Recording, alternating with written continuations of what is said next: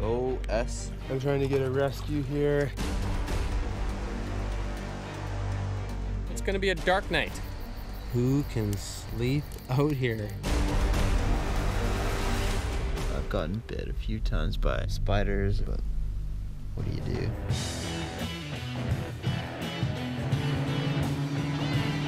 Behind me, you can see a series of islands that's going to play host to our next challenge, 24 hours of survival. The explorers are getting shipped off to these islands one by one, and the guy running the show is world-renowned survival expert, Dr. Andre Francois Bourbeau. We started this competition with 12 explorers. We're down to 8 now, and after this, we lose 2 more. All right, let's get this challenge started. Cam, welcome to your new home. It's beautiful. This is gonna be interesting. See you in 24 hours. Sure. Good luck, man. The challenge is built so that I can evaluate the most important survival criteria. The first one is fire. If you're not warm, you're a dead man. Second, capacity to bring food. The third thing is your shelter. And the fourth thing is your ability to make a signal. I just got dropped off on my island here, and you can see it's quite remote.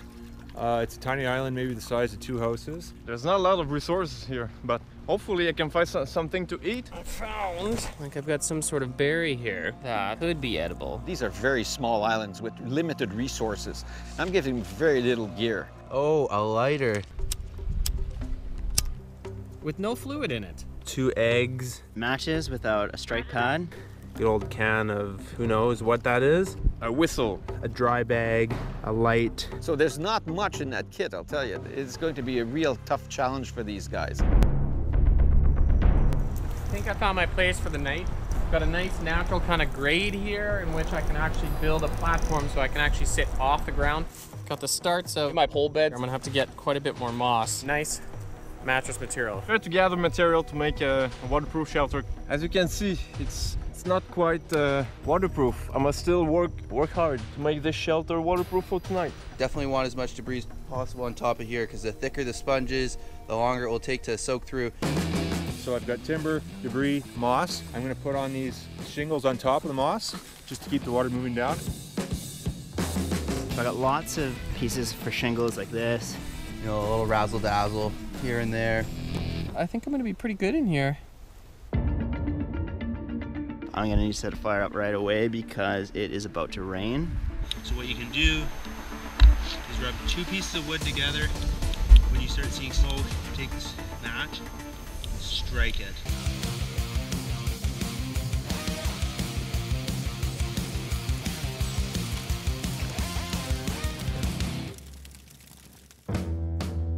Because it's getting a little bit darker now, I'm gonna try to start to open up the mystery food. I'm hoping for maybe chili. I'm gonna try to see if I can use this belt to even just get in here.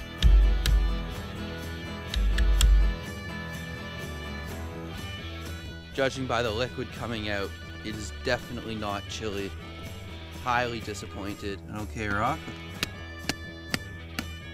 You can take this, rub it on something, and that'll grind right down, and I should be able to open this.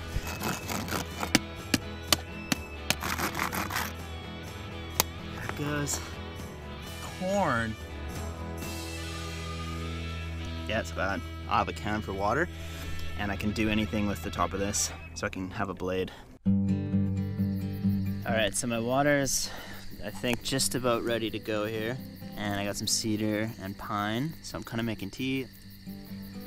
Got my campsite here. I think I'll go to sleep soon. It's super toasty in here.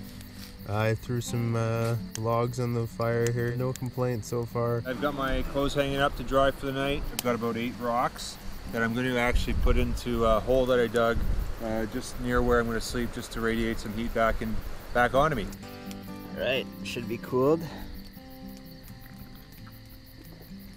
Oh, wow, that's actually really nice. Well, here I am now.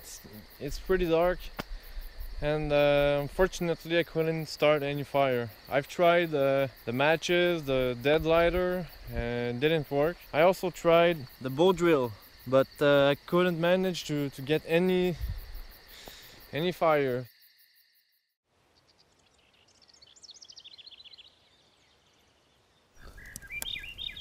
Made the night quite comfortably, actually. I think now that the sun's up, it's time for me to get up, I guess. So I boiled my eggs in my tin and let them cool off. Drank the water, which is pretty freaking gross. Ugh. I made this fishing hook. It's just the string off of my hoodie. It's got a white feather to act like a spoon. It's got the steel part from my Bic lighter, and it's got the hook from my whistle. I put my rope attached to my dry bag, so I'm hoping a boat's coming from here and spots sort of something floating in the water. Hopefully I'll get picked up soon. Dr. Andre Francois Bourbeau, our expert, is heading out to see how these explorers made out. Hi, Cam. How you doing? Show me where your shelter is. Essentially here you have my home away from home. So I have my trusty chopsticks, great for corn and hard-boiled eggs. And then right here I got my boot dryers. You just pop them on there and let them start drying. You're obviously trying to improve your comfort all the time, and I like that. Basically, you did a great job, and Thank you proud very of much. you. Aaron, the chateau is right here. There is a bit of system to it. There's a bit higher ground, nice and dry here. I got a good eastern exposure, so I got the sun in the morning. So from my can, I was able to salvage the lid. If I'm here longer, what I was going to do is I found this ideal handle because I was going to fasten a knife. Yes. And it would have been a great tool. Hey, Josh, good to see you. Oh, here it is. Here it is. I had rocks that I just put beside me. Hot rocks? Hot rocks. I really like the idea of thermal mass and grabbing rocks, but if you're going to use that technique, you can make your shelter smaller because you're trying to heat up your whole shelter. Yeah. This is a great example of a sleeping bag shelter. It's not a fire shelter. Et ça m'a vraiment sauvé. Parce qu'il y a fait un peu frais cette nuit quand même. Donc ça m'a donné du réconfort.